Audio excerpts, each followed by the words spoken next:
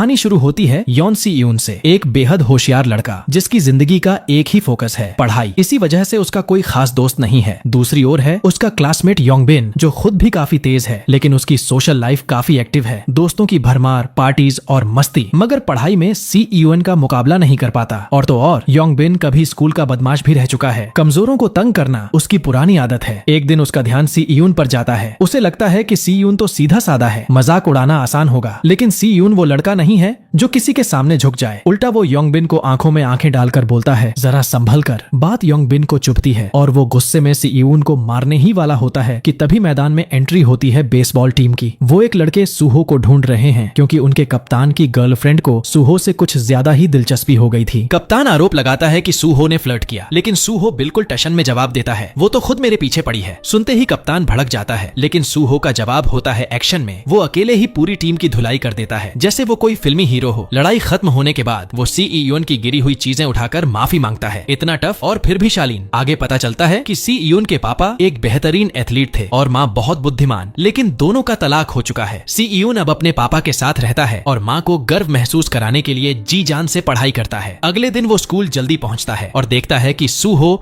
वहीं सो रहा है। उस दिन पीटी क्लास होती है और योंगबिन सी यून की यूनिफॉर्म डस्टबिन में फेंक देता है, जिससे साई यून को क्लास की ड्रेस में ही दौड़ना पड़ता है। यहीं से शुरू होती है असली परेशानी। योंगबिन और उसके दोस्त सी यून की हालत पर हंसते हैं, लेकिन सूहो फिर से सामने आता है और सबको बोलता है, तुम लोग खुद भी कोई एथलीट नहीं हो। और क्योंकि उसकी बॉडी और एटीट्यूड दोनों दमदार हैं, कोई कुछ कह भी नहीं पाता। सी यून को अब यकीन हो जाता है कि यूनिफॉर्म उन्हीं लड़कों ने गायब की है, तो वो सीधा जाकर बोलता है कि बाज आ जाओ। लेकिन योंगबिन का एक दोस्त उसका कॉलर पकड़ लेता है और डराने की कोशिश करता है। सी यून की खास बात यही है कि चाहे हालत कितनी भी टेढ़ी हो, वो नजरें नहीं झुकाता। सौभाग्य से उसी वक्त एक टीचर आ जाते हैं और मामला शांत हो जाता है। कुछ वक्त बाद सी यून अपने कमरे में पढ़ाई में बिजी होता है कि दरवाजे पर दस्तक होती है। दरवाजा खोलता है तो सामने सूहो खड़ा होता है, जो अब एक डिलीवरी बॉय के तौर पर काम कर रहा है और गलती से सी यून के घर पहुंच गया, लेकिन बिना किसी झिझक के अंदर घुस आता है और पानी मांगता है। अगले दिन स्कूल में एक नया स्टूडेंट आता है, बियोम सियोक, जो एक बड़े नेता का बेटा है। पहले ही दिन योंगबिन और उसके दोस्त उसके पास इंप्रेशन जमाने पहुंचते हैं, लेकिन वो सी यून की सीट पर बैठे होते हैं। सी यून आता है और साफ कहता है कि सीट खाली करो। यिन को तो बस मौका चाहिए था सी यून को मारने का, लेकिन फिर से सूहो बीच में आता है और कहता है, चुप रहो, सोने दो मुझे। और सब चुपचाप अपनी जगह लौट जाते हैं। शाम को योंगबिन अपने दोस्तों के साथ डिस्को में पार्टी कर रहा होता है। सी यून का हौसला तोड़ने के लिए अब योंगबिन और उसके दोस्तों ने ठान लिया था कि सिर्फ मजाक उड़ाना या धौंस जमाना काफी नहीं, अब वार करेंगे उसकी सबसे बड़ी ताकत पर, उसकी पढ़ाई पर। उनका नया प्लान था सी यून को ड्रग्स देकर उसका एग्जाम बिगाड़ना, ताकि उसका आत्मविश्वास टूट जाए। इसके लिए योंगबिन ने अपने कजिन से कुछ ड्रग्स मंगवाई और इस गंदे काम में बियोम सियोक को भी शामिल किया। बियोम सियोक पर प्रेशर डालकर धमकाया गया, अगर मदद नहीं की तो उसके साथ भी वही होगा जो पिछली स्कूल में होता था। डर के मारे बियोम सियोक सी यून के एग्जाम के बीच में उसके शरीर पर फेंटानिल का पैच चिपका देता है। सी यून को चक्कर आने लगते हैं। वो होश में आने की कोशिश करता है,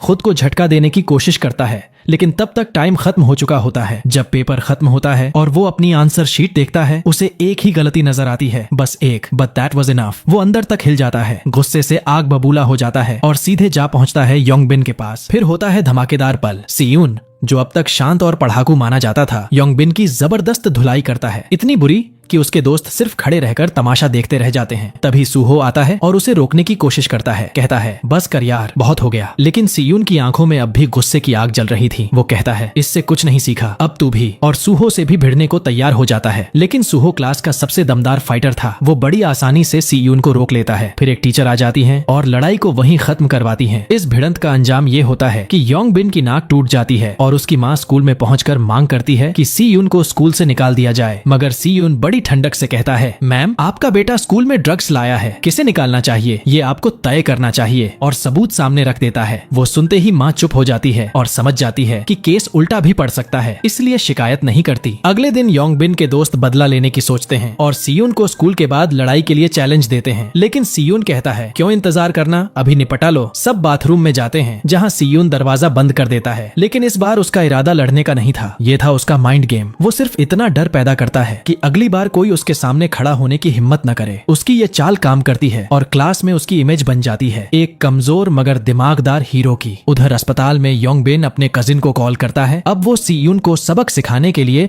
उसे हायर करना चाहता है, लेकिन दूसरी ओर सी यून और सूहो की दोस्ती गहरी होने लगती है। पहले लड़ाई, फिर बातें, और अब दोनों ज्यादा वक्त एक दूसरे के साथ बिताने लगे थे। पूरी स्कूल में अफवाह उड़ जाती है कि ये दोनों अब बेस्ट फ्रेंड्स बन गए हैं। इसी बीच बियोम सियोक भी सी ईयून के करीब आना चाहता है, लेकिन साई ईयून साफ कहता है मुझसे दोस्ती की एक्टिंग मत कर। स्कूल से बाहर निकलते वक्त योंगबिन पहले से कुछ गुंडों के साथ सी ईयून का इंतजार कर रहा होता है। वो लोग उसे उठा ले जाते हैं किसी सुनसान जगह पर पीटने के लिए। बियोम सियोक ये सब देख लेता है और बिना समय गंवाए सूहो को बताने भागता है। सूहो पहले तो इनकार करता है, कहता है मुझे किसी पंगे में नहीं पड़ना, लेकिन फिर बियोम सियोक उसे पैसों की पेशकश करता है। सूहो मान जाता है और दोनों निकल पड़ते हैं सी ईयून की मदद करने। इस बीच सी ईयून पर हमला हो चुका है, लेकिन वो इतना समझदार है कि हालात को अपने फेवर में मोड़ने के लिए एक स्ट्रेटेजी बना लेता है। उसका प्लान काम करता है और वो एक एक करके सबको चकमा देने लगता है। मगर योंगबिन का कजिन, जो वाकई में ताकतवर है, फिर से उठ खड़ा होता है और एक जानलेवा हमला करने के लिए बढ़ता है। योंगबिन अब पूरी तरह से आपा खो चुका था। उसका अगला निशाना था सी ईयून के हाथ। हाँ, वो उसके हाथ तोड़ना चाहता था ताकि वो कभी दोबारा न लिख सके, न पढ़ सके। लेकिन ठीक उसी वक्त जैसे किसी हीरो की एंट्री होती है, सूहो आ जाता है। वो पूरे गुस्से में उन गुंडों से कहता है बस बहुत हो गया, लेकिन योंगबिन का कजिन मानने को तैयार नहीं था। अब बात बन चुकी थी इज्जत की। फिर होती है क्लासिक भिड़ंत, सूहो वर्सेस योंगबिन का कजिन। दोनों दमदार फाइटर्स, लेकिन सूहो का लेवल ही कुछ और था। उधर बाकी गुंडे सी यून को पीट रहे थे, लेकिन तभी बियोम सियोक भी वहां पहुंचता है और सी यून की मदद करता है। जब योंगबिन का कजिन देखता है कि सब उसके खिलाफ खड़े हो चुके हैं, वो हार मान लेता है और कहता है लड़ाई खत्म। फिर वहां से चला जाता है योंगबिन को अकेला छोड़कर। सी यून, जो अंदर से बेहद शांत और समझदार था, कहता है अब बहुत हो गया, छोड़ो ये सब और भूल जाओ। लड़ाई खत्म होने के बाद तीनों सी यून, सूहो और बियोम सियोक अब दोस्त बन चुके थे। सूहो कहता है अब जब लड़ाई की वजह से लेट हुआ हूँ तो तुम दोनों को मेरी नौकरी में हाथ बंटाना पड़ेगा। तीनों एक छोटे से स्टोर में काम करते हैं और काम खत्म होने के बाद बैठते हैं डिनर पर। उसी दौरान बियोम सियोक शर्मिंदा होकर सी यून से माफी मांगता है और सी यून बिना कोई शिकवा किए उसे माफ कर देता है। फिर होता है एक दिल पिघलाने वाला पल। सूहो अपने हाथों से सी यून को खाना खिलाता है और सी यून की जिंदगी में पहली बार दोस्ती का एहसास पूरी तरह से बस जाता है। लेकिन दूसरी तरफ कहानी में ट्विस्ट अभी बाकी था। वो गुंडे जो सी यून को पीट चुके थे, असल में खुद एक और बड़े माफिया के शिकार थे। उस असली बॉस ने, जिसे सब साइको कहते थे, जानबूझकर अपने ही एक आदमी का हाथ तोड़वा दिया ताकि उसे बहाना मिल जाए और फिर वो मांग सके 15 लाख का हर्जाना। सी यून और उसके दोस्तों के लिए अब ये सिर्फ लड़ाई नहीं, ब्लैकमेलिंग की जंग बन चुकी थी। अगली सुबह तीनों दोस्त एक साथ रिलैक्स करने के लिए मिलते हैं, लेकिन सी यून तो बिना पढ़े रह ही नहीं सकता, इसलिए जाने लगता है। तभी सूहो कहता है चल एक शर्त लगाते हैं, देखते हैं कौन किससे बेहतर है। शर्त में सूहो हारता है और सी यून खुशी खुशी घर की ओर निकल पड़ता है। लेकिन रास्ते में उसका सामना होता है उस गुंडे की बहन से जिसने सी यून को पहले मारा था। वो सी यून को रोक कर कहती है चलो कुछ खा आते हैं, और फिर बोलती है मुझे तो रफ लड़के ही पसंद हैं। सी यून कुछ समझ नहीं पाता, लेकिन हाँ, वक्त अच्छा बीतता है। अगले दिन योंगबिन स्कूल आता है अपना सामान लेने, लेकिन जाने से पहले सी यून से रिक्वेस्ट करता है कि उसके साथ पार्किंग तक चले, क्योंकि वो एक डिक्लेरेशन देना चाहता है कि फेंटेनिल उसका नहीं था। सी यून मान जाता है, लेकिन उसे नहीं पता था कि ये सब एक चाल थी। पार्किंग में पहले से उस गैंग का बॉस बैठा होता है जिसने पूरा गेम प्लान किया था। वो कहता है तुम लोगों ने योंगबिन को मारा है, अब उसका हर्जाना भरना पड़ेगा 15 लाख, और धमकी देता है कि अगर पैसे नहीं मिले तो हालात बहुत खराब हो जाएंगे, नहीं तो कर्ज लेना पड़ेगा, और जब चुकता नहीं कर पाओगे तो जिंदगी भर उसके लिए काम करना पड़ेगा। यही था उस गैंग का असली तरीका, लोगों को कर्ज के जाल में फंसाकर उनका इस्तेमाल करना। अगले कुछ दिन पूरे गैंग के लोग साई ईयूएन और उसके दोस्तों का पीछा करते रहते हैं, जिससे साई ईयूएन तंग आ जाता है। वो अपनी नई दोस्त से बात करता है जो उसे पूरे गैंग के सिस्टम के बारे में बताती है। कहती है कि उस बॉस से उलझना अपनी बर्बादी को न्योता देना है। वो उसे समझाती है कि खुद की भलाई के लिए पैसा दे दो और इस पागल इंसान से दूर रहो। उधर बियोम सियोक, जो अब अपने दोस्तों के लिए कुछ भी करने को तैयार था, अपने पापा की घड़ी चुरा लेता है और उसे बेचकर 15 लाख का इंतजाम कर लेता है। लेकिन क्या पैसे देना ही हल है? सी ईयूएन की प्लानिंग अब अपने आखिरी पड़ाव पर थी। जब बियोम सियोक ने पैसे जुटा लिए, सी यून और बाकी दोस्तों ने फैसला किया कि उन्हें ये पैसे नहीं देने चाहिए, बल्कि सीधे पुलिस को बुलाकर इस पूरे गैंग का खेल खत्म करना चाहिए, क्योंकि अगर एक बार पैसे दे दिए तो फिर कभी पीछा नहीं छूटेगा। सी यूएन बताता है कि उसने सबूतों का लोकेशन ट्रेस कर लिया है, वो सब उस गैंग लीडर के घर में मौजूद है, बस पुलिस को वहां ले जाना होगा। लेकिन इस मिशन की शुरुआत सूहो करेगा। वो सबसे पहले उस क्रिमिनल के घर जाएगा और अपनी बेटिंग ऐप का आइडिया उसे बेचने की कोशिश करेगा ताकि उसका विश्वास जीत सके। फिर क्या था, प्लान तुरंत शुरू होता है। सूहो बताता है कि उसे उसकी ऐप के बारे में सब पता है और एक बड़ा ऑफर लेकर आया है, पूरी स्कूल को एक जुए के अड्डे में बदलने का ऑफर। वो क्रिमिनल इस आइडिया से इतना खुश होता है कि सूहो को अपने गैंग में शामिल करने को तैयार हो जाता है।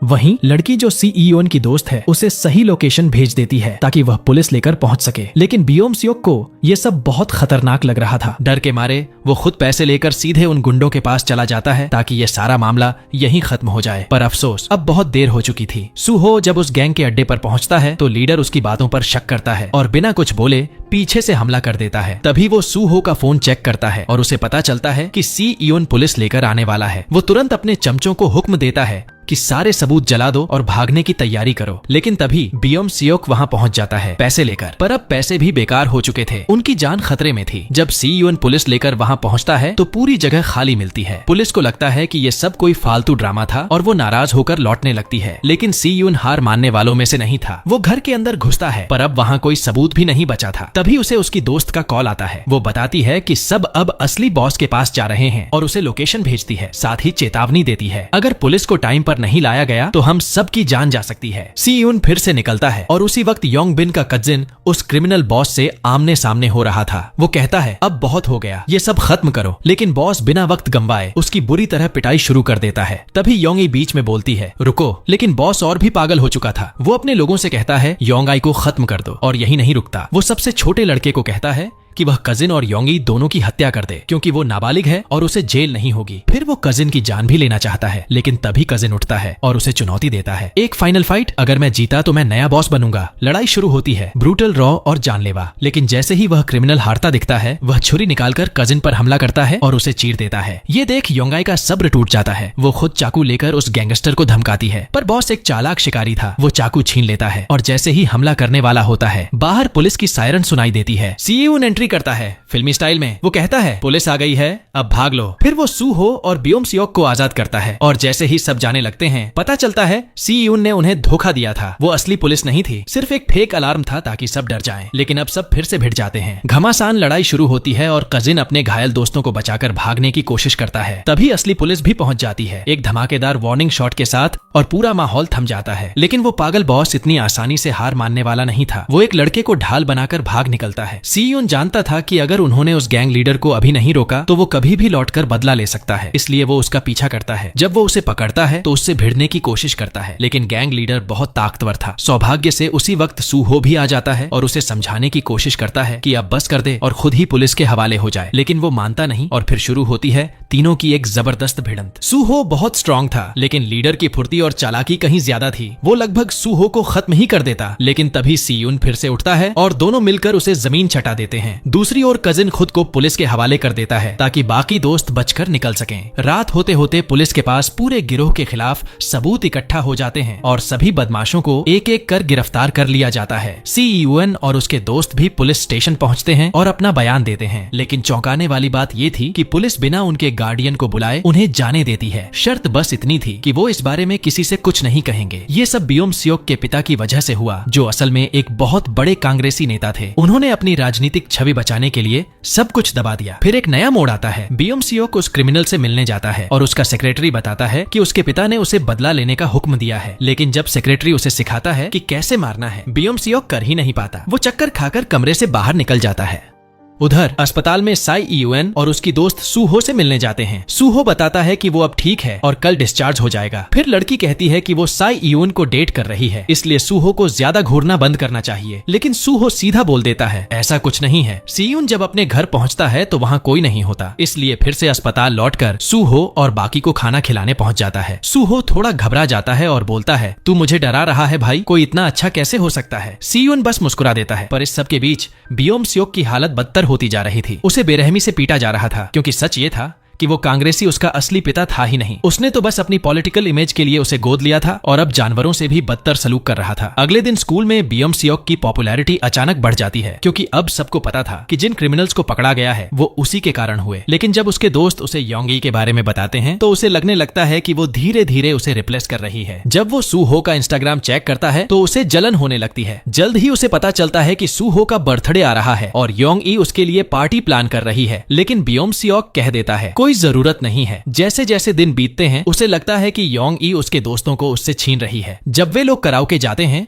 तो बियोम सियोक जरूरत से ज्यादा कोशिश करता है सबका ध्यान पाने के लिए, पर नतीजा उल्टा होता है। उसी दौरान उसकी मुलाकात उसके पुराने क्लासमेट्स से होती है जो उसे पहले बुली करते थे। डर के मारे वो वहाँ से भाग जाता है। जब वो बाकी दोस्तों के पास लौटता है तो गुस्से में योंगी पर भड़क उठता है, क्योंकि उसे लगता है कि उसने जानबूझकर बदमाशों को उसका पता दिया था। वो उसे मारने तक को तैयार हो जाता है, लेकिन उसके दोस्त योंगी का साथ देते हैं। इससे वो और भी ज्यादा भड़क उठता है और तभी वो गुंडे फिर से आ धमकते हैं। इस बार वो बियोम सियोक को उठाकर ले जाना चाहते हैं, लेकिन सी यून डटकर खड़ा हो जाता है और कहता है, दफा हो जाओ यहाँ से, उसे अकेला छोड़ दो। और अगले दिन बियोम सियोक इस वक्त बुरी तरह चिढ़ा हुआ था। उसे बस किसी पर भी गुस्सा निकालना था, लेकिन क्लास के बाकी लड़के उससे डरते नहीं थे, क्योंकि असली ताकतवर तो सू हो था। फिर भी वो सबको मारने की धमकी देता रहा। तभी सूजे आता है उसे शांत करने, बट हालात उल्टे हो जाते हैं और दोनों के बीच बहस शुरू हो जाती है। अगले 2 दिन बियोम सियोक स्कूल ही नहीं आता, जिससे उसके दोस्तों को चिंता होने लगती है। फिर सी यून और बाकी लोग उसे ढूंढते हुए उसके घर पहुंच जाते हैं। बियोम सियोक चौंक जाता है, बट दिल ही दिल में खुश भी होता है कि उसके दोस्त उसे देखने आए। जब उससे पूछा जाता है कि वो ऐसा क्यों कर रहा है, तो बियोम सियोक टूट जाता है। वो बताता है कि पिछली स्कूल में उसे बहुत बुरी तरह बुली किया गया था और कुछ कर नहीं पाया, क्योंकि उसके पिता ने साफ मना किया था कि वो कोई तमाशा ना करे। ये सुनकर सूहो उसे कहता है कि उन बदमाशों को कॉल कर वो खुद उनसे माफी दिलवाएगा। जब वो सब कराओके में मिलते हैं तो पहले तो वे माफी मांगने से मना कर देते हैं, उल्टा उसे फिर से धमकाने लगते हैं। लेकिन तभी सूहो एकदम से सामने आता है और उन्हें मजबूर करता है कि बियोम सियोक से माफी मांगे। पर बियोम सियोक को सिर्फ माफी नहीं चाहिए थी, उसे बदला चाहिए था। वो खुद उन्हें मारना चाहता था, लेकिन सी यून और दोस्तों ने कहा कि ये सब हद से बाहर जा रहा है। बियोम सियोक बिल्कुल बेकाबू हो चुका था। सूहो उसे कमरे से बाहर खींच ले जाता है। वहाँ दोनों में जबरदस्त बहस होती है। बियोम सियोक गुस्से में कहता है कि हम कभी दोस्त थे ही नहीं, और फिर उसे पैसे ऑफर करता है उस बदमाश को पीटने के लिए। ये सुनते ही सूहो का गुस्सा फूट पड़ता है और वो उस पर हमला कर देता है। बीच बचाव के लिए सी यून को आना पड़ता है। इसके बाद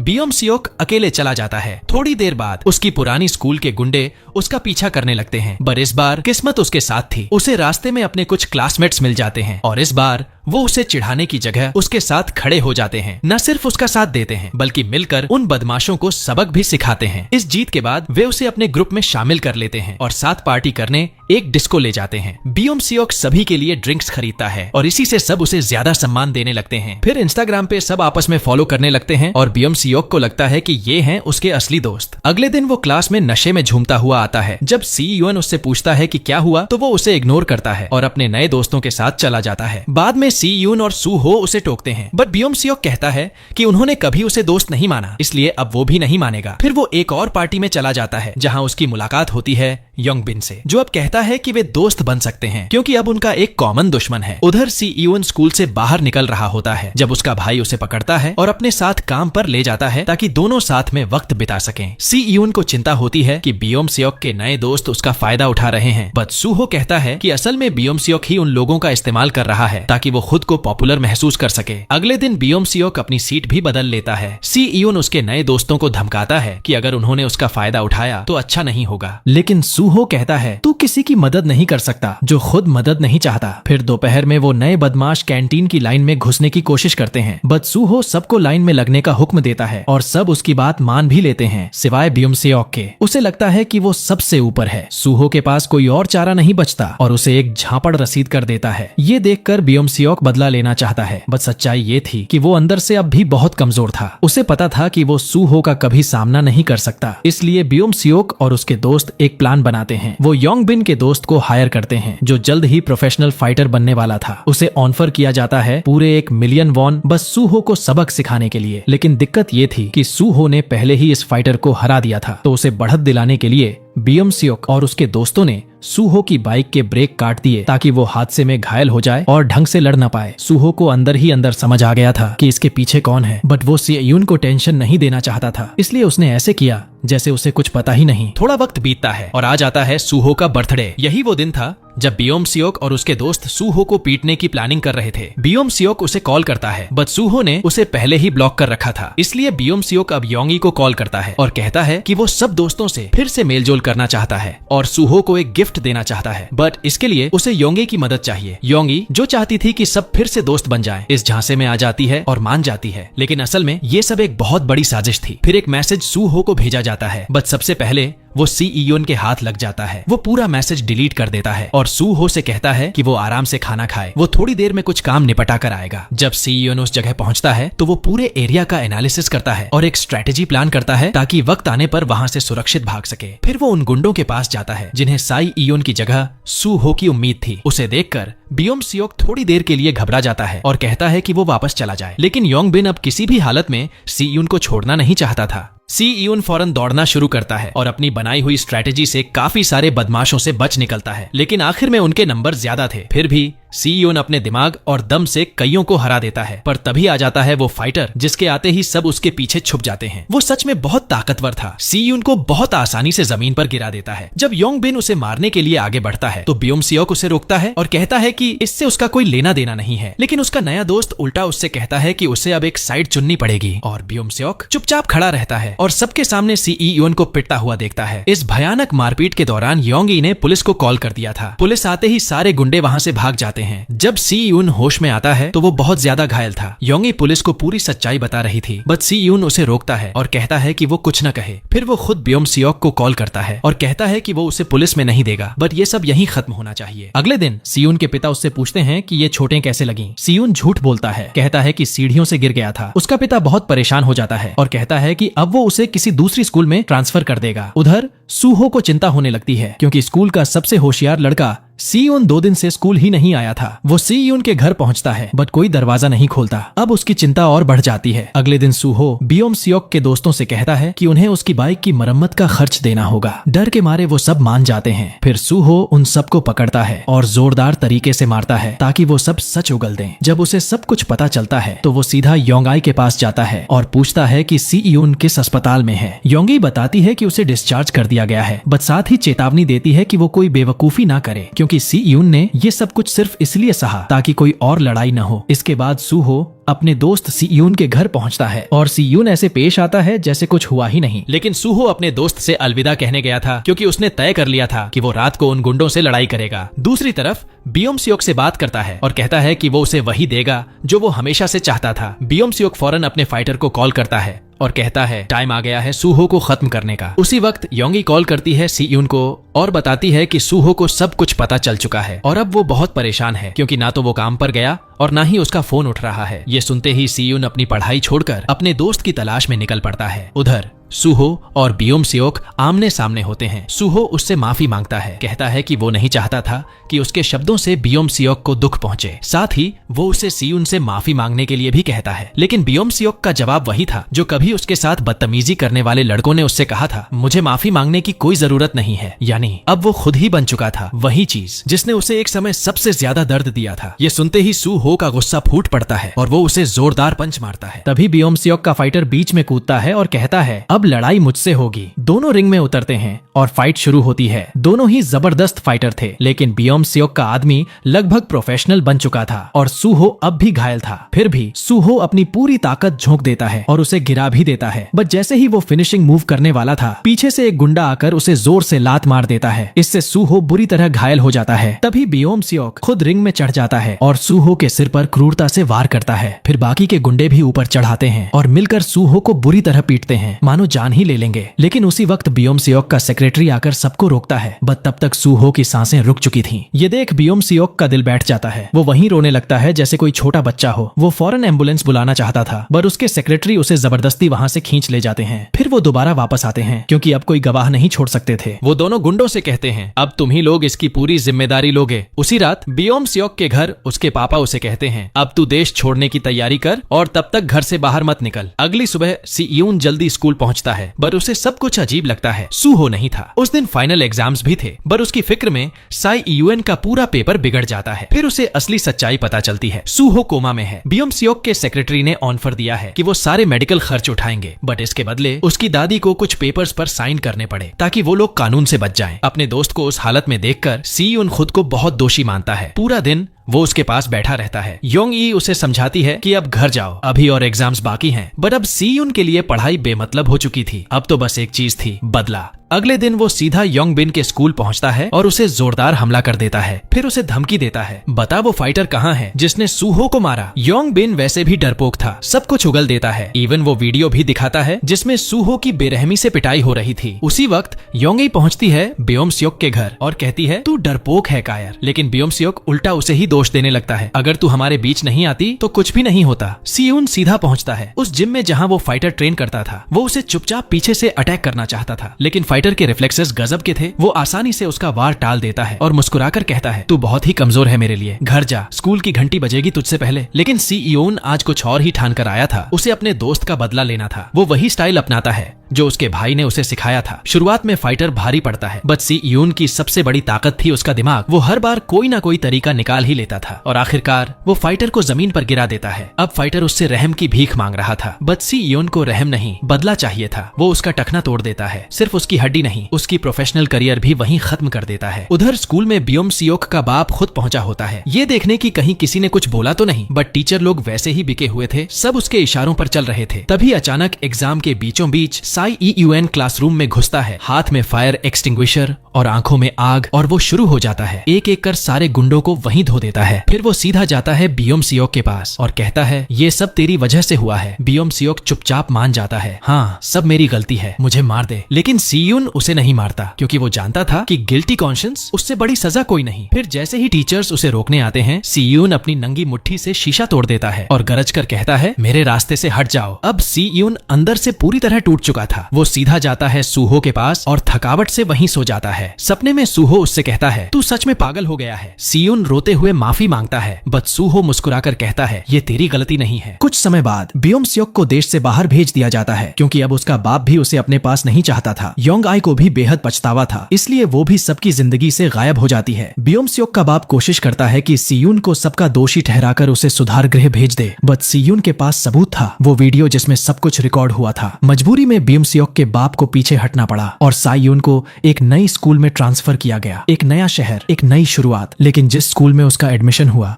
जॉन डॉन पो स्कूल, वो स्कूल कम और एक अंडरग्राउंड फाइट क्लब ज्यादा लगता था। पहले ही दिन वहाँ की हवा में तलखी थी, लेकिन सियून अब पीछे हटने वालों में से नहीं था। तभी एक स्टूडेंट उससे भिड़ने आ गया और सियून तैयार था। तू चाहता है फाइट, तो चल फिर। और यहीं खत्म होती है ये कहानी। याद रखिए, ये तो सिर्फ पहला सीजन था और सीजन 2 का वीडियो बहुत जल्द आने वाला है, इसीलिए चैनल को सब्सक्राइब करना और बेल आइकन दबाना बिल्कुल मत भूलिए। अगर आपको ये रिकैप पसंद आया हो तो वीडियो को लाइक जरूर कीजिए। मिलते हैं अगले धमाकेदार वीडियो में।